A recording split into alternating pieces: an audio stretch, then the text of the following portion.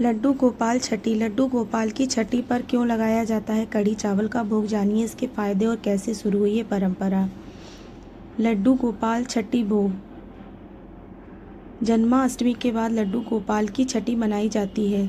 छठी पर बाल गोपाल को स्नान कराया जाता है, सुंदर कपड़े पहनाकर उन्हें काजल लगाया जाता है, कान्हा जी का पूजन और स्तुति की जाती है। इसके साथ ही छठी पर कान्हा जी को कढ़ी चावल का भोग लगाना अनिवार्य होता है। ऐसे में आइए जानते हैं छठी पर लड्डू गोपाल को कढ़ी चावल का भोग क्यों लगाया जाता है। साथ ही जानिए ये परंपरा कब शुरू हुई।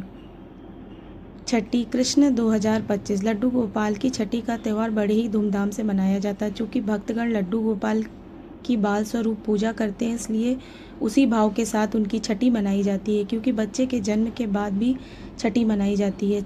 लड्डू गोपाल की छठी के दिन कढ़ी चावल का भोग लगाना बड़ी ही मान्यता है। ऐसे में आइए जानते हैं लड्डू गोपाल की छठी पर कढ़ी चावल का भोग क्यों लगाया जाता है, ऐसे करने के क्या फ़ायदे हैं और छठी मनाने की परंपरा कब शुरू हुई। जन्माष्टमी के बाद मनाई जाती है छठी। लड्डू गोपाल की छठी जन्माष्टमी पर उनके जन्म के छठे दिन मनाई जाती है। इस साल जन्माष्टमी 16 अगस्त को थी। ऐसे में 21 अगस्त को बाल गोपाल जी की छठी मनाई जाएगी। मान्यता है कि लड्डू गोपाल जी को छठी के दिन स्नान कराया जाता है। इसके बाद उन्हें नए वस्त्र पहनाए जाते हैं, काजल लगाकर उनका श्रृंगार किया जाता है। इसके बाद लड्डू गोपाल को कढ़ी चावल का भोग लगाया जाता है। इसके अलावा कान्हा जी को माखन, मिश्री, पेड़े आदि का भी भोग लगा सकते हैं, लेकिन छठी के दिन कढ़ी चावल का भोग लगाना जरूरी होता है। कढ़ी चावल का भोग क्यों लगाया जाता है।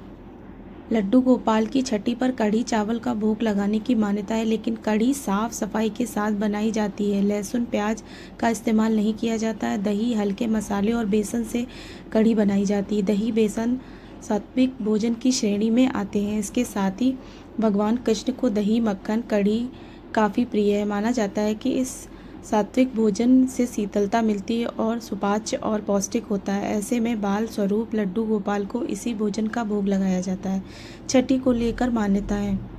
माना जाता है कि छठी के दिन ही भगवान बच्चे का भाग लिखते हैं। चूँकि हिंदू धर्म में बच्चे के जन्म के बाद छठी मनाने की परंपरा है, तो देश के कई हिस्सों में छठी मनाई जाती है। क्षेत्रता के आधार पर छठी मनाने का रीति रिवाजों में थोड़ा बदलाव हो सकता है, लेकिन मुख्य तौर पर छठी पर अधिक से अधिक भोजन बनाए जाते हैं। इसका भगवान को भोग लगाने के बाद नवजात बच्चे की माँ को सभी भोजन का स्वाद कराया जाता है। इसके बाद बच्चे के पैरों से माँ का मुंह पोंछा जाता है। इसके पीछे की मान्यता है कि इससे बच्चे भी बड़े होकर अधिक से अधिक चीज़ों का सेवन करेंगे और उसका पाचन शक्ति मजबूत होगी। अच्छा भोजन कराने से उसका स्वास्थ्य भी बेहतर रहेगा। कैसे हुई छठी मनाने की शुरुआत।